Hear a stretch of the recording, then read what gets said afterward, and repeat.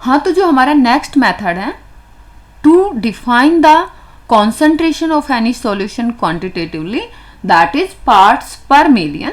इसको हम पीपीएम भी बोलते हैं। तो पार्ट्स पर मिलियन का मतलब क्या होता है कि मान लो जिस कंपोनेंट की हम कंसेंट्रेशन निकाल रहे हैं उसका कितना पार्ट है, उसको हम डिवाइड करेंगे कि सॉल्यूशन के अंदर जो ऑल कंपोनेंट्स के टोटल नंबर ऑफ पार्ट्स हैं उससे, और फिर मल्टीप्लाई करेंगे 10⁻⁶ से, दैट इज मिलियन नंबर।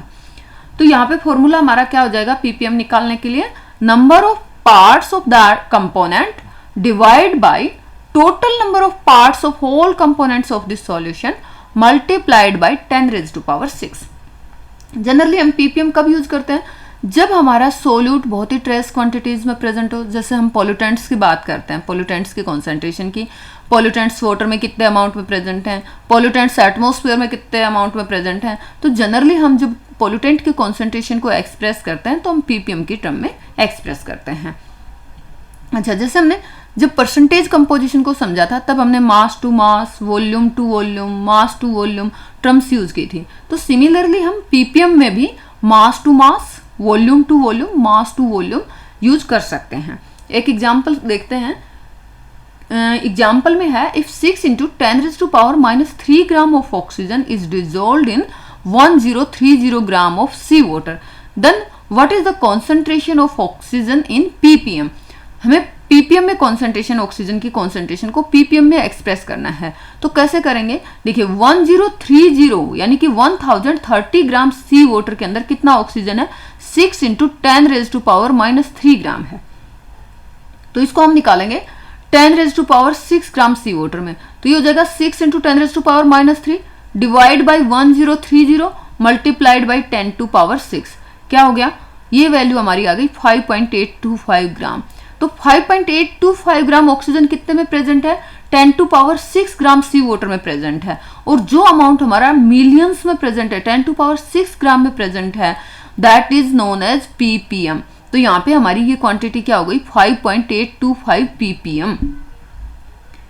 तो इसको मैं थोड़ा सा अगर समझाना चाहूँ, जैसे लिखा है 1030 ग्राम सी वाटर के अंदर कितना आपका प्रेजेंट है ऑक्सीजन, 6 × 10⁻³ ग्राम O2 प्रेजेंट है। तो 1 ग्राम सी वाटर में निकालेंगे तो क्या हो जाएगा, 6 × 10⁻³ डिवाइड बाई 1030।